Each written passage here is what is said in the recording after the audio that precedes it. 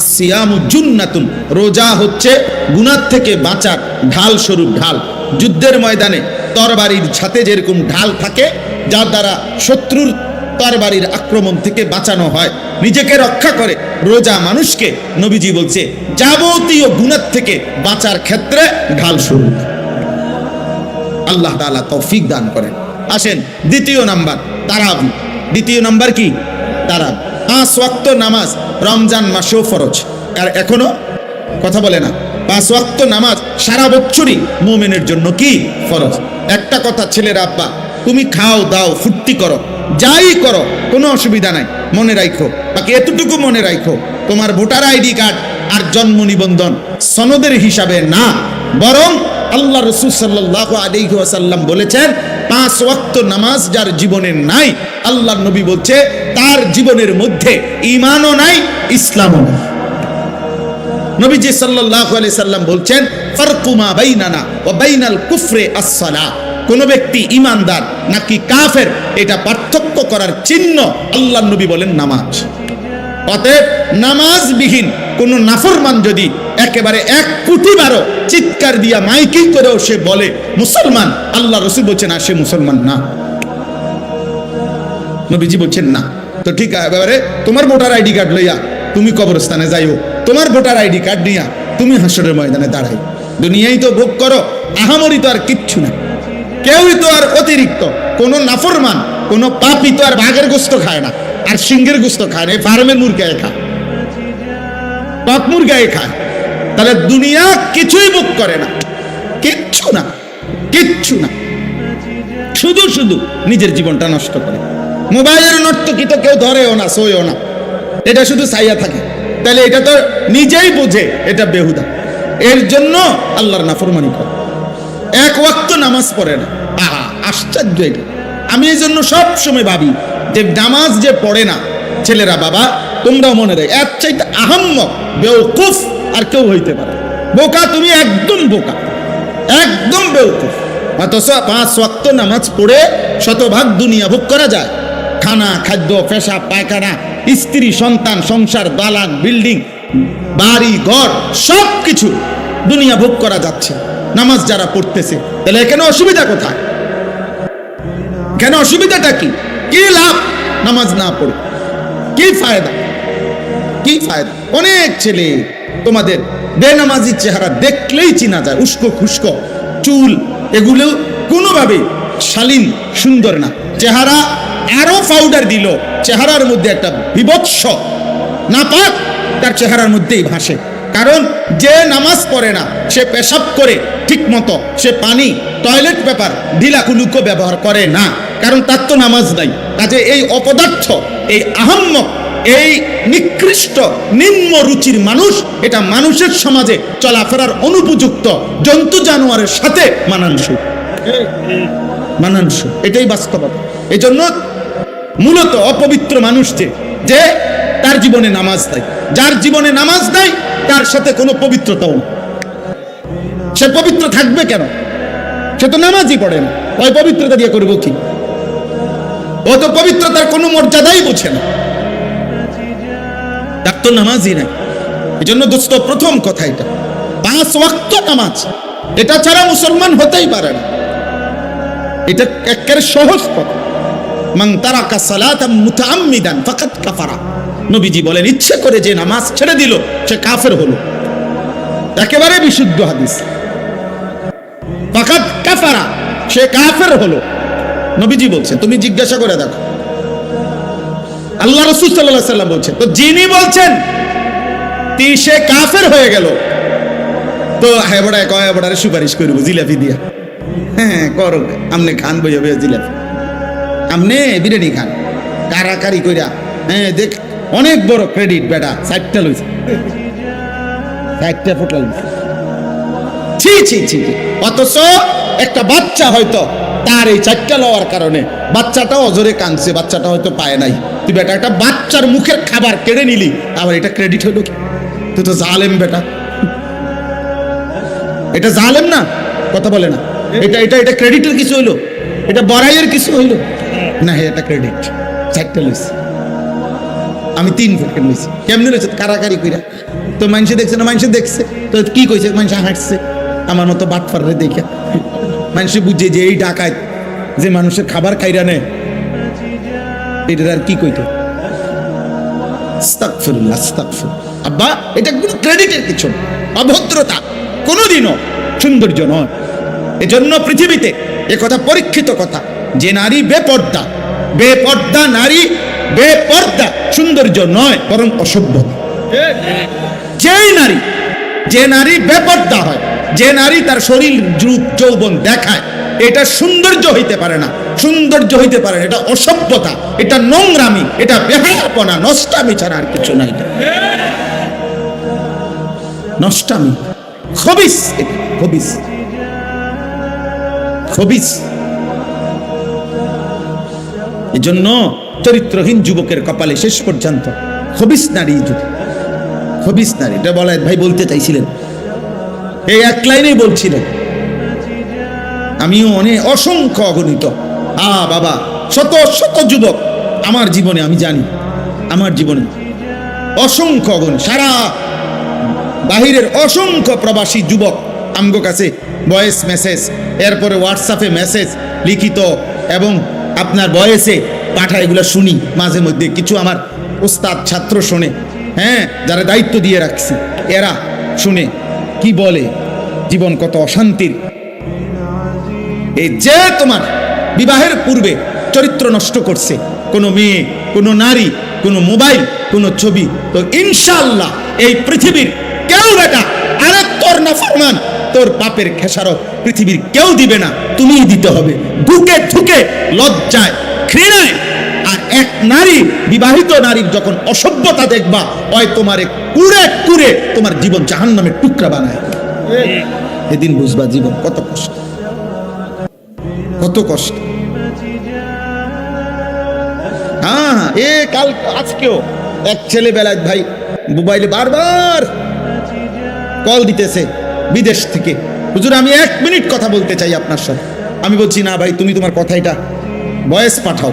পরে এটা শুনলাম, এই কি বলে, দেশের হোক আর বিদেশের হোক, দোস্ত গুনাহ কাউকে ইজ্জত দেয়, গুনাহ কাউকে ইজ্জত দেয়, গুনাহ মানুষকে ঘৃণা তৈরি করে। তোমরা যেই ছেলেগুলো নামাজ পড়ো না, তোমরা আল্লাহর দোহাই দিয়ে বলো, একটা ছেলে বলো এই সমাজের কোনো ইমানদার, কোনো বিবেকবান, কোনো রুচি সম্পন্ন ভদ্র মানুষ তোমাদেরকে 1 পয়সা ইজ্জত দেয় না। তোরে কোনো দিন কেউ আপন করে ডাকেন।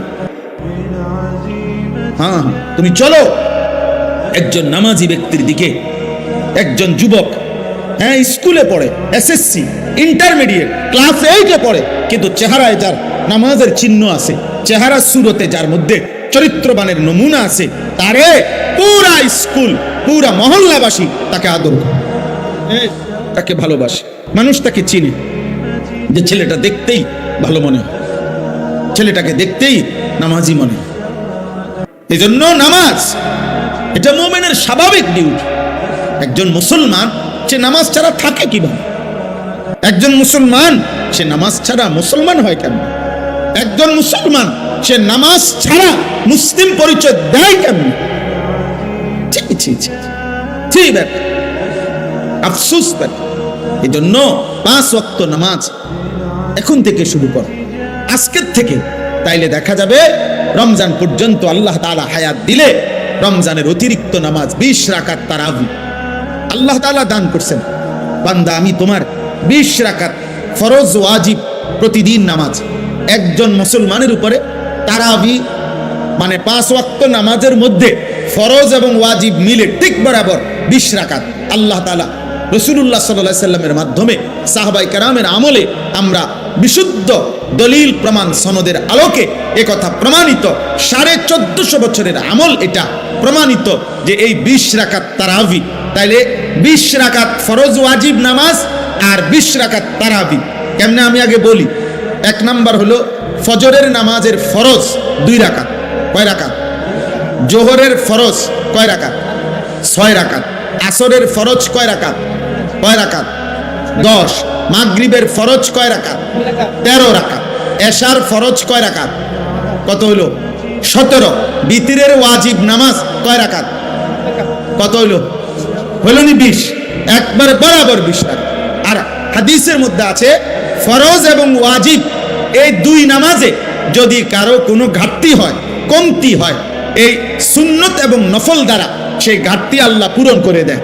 এজন্য আজকের সারাদিনে বান্দা যেই 20 রাকাত 5 ওয়াক্ত নামাজের মাধ্যমে ফরজ ওয়াজিব আদায় করেছে, এই 20 রাকাত ফরজ এবং ওয়াজিবের মধ্যে যে ঘাটতি কমতি হয়েছে, যেই ঘাটতি, তো আল্লাহ তাআলা রাত্রিবেলা 20 রাকাত তারাবির মাধ্যমে রমজানে তা পূরণ করে। এজন্য রমজানের গুনাহ, রমজানের কমতি, রমজানের ঘাটতি আরেক মাসে নেয় না, এই মাসেই, এই মাসের ভেজাল সাইরা বান্দাকে আল্লাহ এই মাসেই মুত্তাকি বানাইয়া জান্নাতি বানায়। যে এই মাসের ঘাটতি সামনের মাসে পুরামু না, না এই মাসে, এই ডেলি হিসাব ক্লিয়ার। এই জন্য 20 রাকাত তারাবি। কয় রাকাত তারাবি? সবাই বলেন কয় রাকাত? হ্যাঁ 20 রাকাত তারাবি। 20 রাকাত 1450 বছর ধরে হযরত ওমর রাদিয়াল্লাহু তাআলা আনহুর জামানায় একেবারে মসজিদে নববীতে প্রকাশ্যে ওমরের উপস্থিতিতে সাহাবায়ে কেরাম 20 রাকাত তারাবি পড়তেন। হযরত উবাই ইবনে কাব সাইয়্যিদুল কুররা, সমস্ত সাহাবাদের মধ্যে যিনি আল্লাহর কোরআন সবচেয়ে সুন্দর পড়তেন, উবাই ইবনে কাব, উনি 20 রাকাত তারাবি হযরত ওমরের জামানা থেকে তিনি তারাবি পড়াইতেন মসজিদে নববীতে। সাহাবায়ে কেরাম 20 রাকাত তারাবি পড়তেন। 1450 বছর ধরে উম্মতের সংখ্যাগরিষ্ঠ উলামায়ে কেরাম 20 রাকাতই তারাবি সারা পৃথিবীতে পড়ে থাকেন। অতএব 20 রাকাতই তারাবি। এর চাইতে কম, এর চাইতে বেশি যিনি বলে, আপনার দায়িত্ব হলো উনার থেকে দলিল বুঝে নেওয়া, আমার দায়িত্ব না।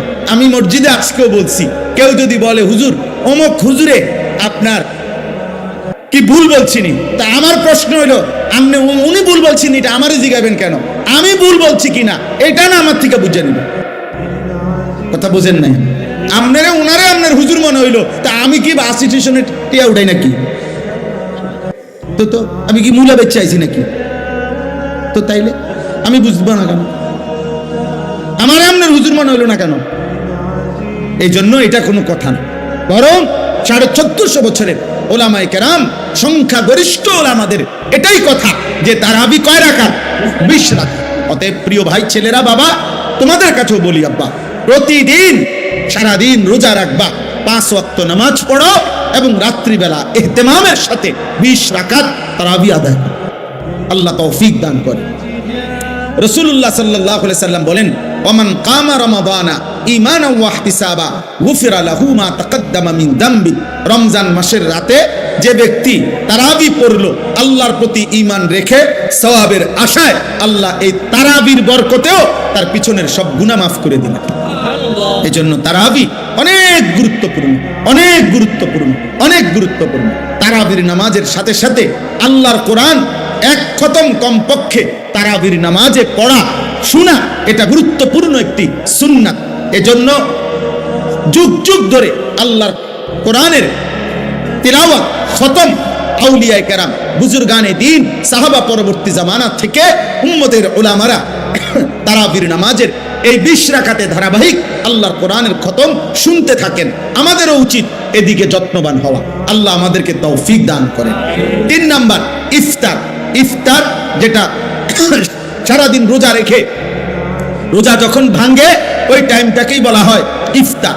ইফতার একটি সুন্নাত আমল। রাসূলুল্লাহ সাল্লাল্লাহু আলাইহি ওয়াসাল্লাম বলেন, আমার উম্মত ততক্ষণ পর্যন্ত কল্যাণের উপরে থাকবে যতক্ষণ তারা জলদি জলদি ইফতার করবে।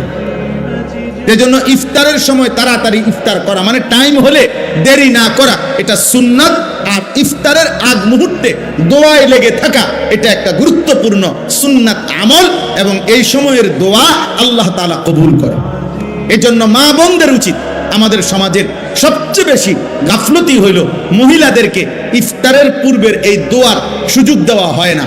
হয় মহিলা নিজে সুযোগটা নেয় না, অথবা পুরুষরা তাকে দিতে চায় না।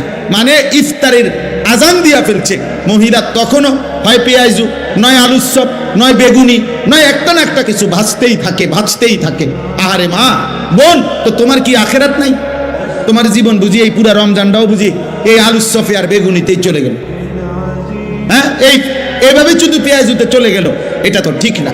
বরং ঘরের নারী পুরুষ, স্ত্রী কন্যা, ছেলে মেয়ে প্রত্যেকের উচিত ইফতারের 10 মিনিট আগে, 20 মিনিট আগে সমস্ত ব্যস্ততা ছেড়ে দিয়ে তাদের প্রত্যেকের উচিত এই সময়টা মনোযোগ দিয়ে দোয়ায় লেগে থাকা। মহিলারও দোয়া দরকার, পুরুষেরও দোয়া দরকার। আপনাদের কাছে পুরুষ যারা স্বামী, যাদের স্ত্রী আছে, যাদের কন্যা আছে, যাদের বোন আছে, মা আছে, আপনারা তাদেরকে গুরুত্ব দিয়ে অনুরোধ করবেন যে এই টাইমটা যেন তারা দোয়া করে ইফতারের আগে। মা বাচ্চাগুলোকে নিয়ে দোয়া করুক, স্বামী তার স্ত্রী এবং সন্তানদেরকে নিয়ে দোয়া করেন, স্ত্রী তার বাচ্চাগুলোকে নিয়ে দোয়া করেন। এইভাবে ঘরওয়ালারা নিজেরা দোয়ার অভ্যস্ত হন। আল্লাহ তাআলা বান্দার দোয়া ইফতারের পূর্ব মুহূর্তে কবুল করে। 4 নাম্বার, সাহারি মানে শেষ রাত্রিতে খাবার খাওয়া।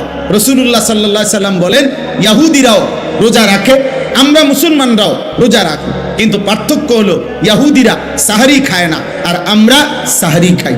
এজন্য সাহারি এটা ঈমান এবং কুফরের একটা চিহ্ন। মানে বেঈমানরা, ইহুদিরা রোজা রেখে কিন্তু সাহারি খায় না, ঈমানদার মুসলমান রোজা রাখে, সাহারি খায়। নবী সাল্লাল্লাহু আলাইহি সাল্লাম বলেন, তোমরা রোজা রমজানে সাহারি খেও, তাসাহহারু, সাহারি খাও। কেন?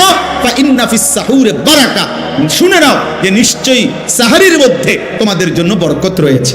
তাহলে সাহারি শুধু খাবার না, সাহারি একটা ইবাদত। সাহারি একটা কি বলেন না? ইবাদত। ইফতার শুধু খাবার না, ইফতার একটা কি? ইবাদত। তাহলে কয়টা হলো? 4টা, রোজা, তারাবি, ইফতার, সাহারি। আর 5 নাম্বার হলো এতেকাফ।